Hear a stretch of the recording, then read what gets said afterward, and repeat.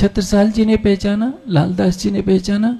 छत्रसाल जी की पहचान सर्वोपर रही, इसीलिए उनको अमीरुल मोमिनीन, ब्रह्ममुनियों में सर्वोपर कहा गया। अन्यथा छाया की तरह लालदास जी भी रहे। चिंता कई सुंदर साथ थे, लालदास जी हों, भीम भाई हों, सब श्री जी के प्रति समर्पित है। लेकिन पहचान में बाजी मारी छत्रसाल जी ने, इसीलिए कहा कि आज दिन तक अनेकों ब्रह्मांड बन गए, लेकिन छत्रसाल जी ने जैसी सेवा की वैसी सेवा न कोई किया है पहले, न कोई कर पाएगा। क्योंकि गुरु शिष्य के भाव से सबने किया, लेकिन छत्रसाल जी ने अपनी आत्मा का प्राण प्रीतम माना और हमेशा यही पुकार की कि छत्रसाल जी के पिया जी सुंदरबन अंते जान न देऊं, राखो में रसिक रमाया विद सब बात सुख लेऊं।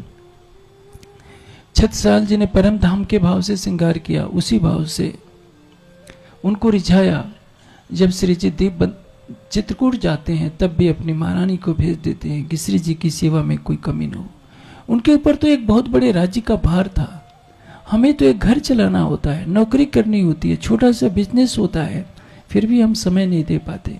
ये छत्रसाल जी की महानता, जिन्होंने 252 लड़ाइयों में अपने शरीर को झोंका हो, इतने राज्य की व्यवस्था की हो, फिर भी अष्टपहर की लीला में देखिए कम से कम 6 प्रहर तक की लीला में छत्रसाल जी उपस्थित रहते हैं।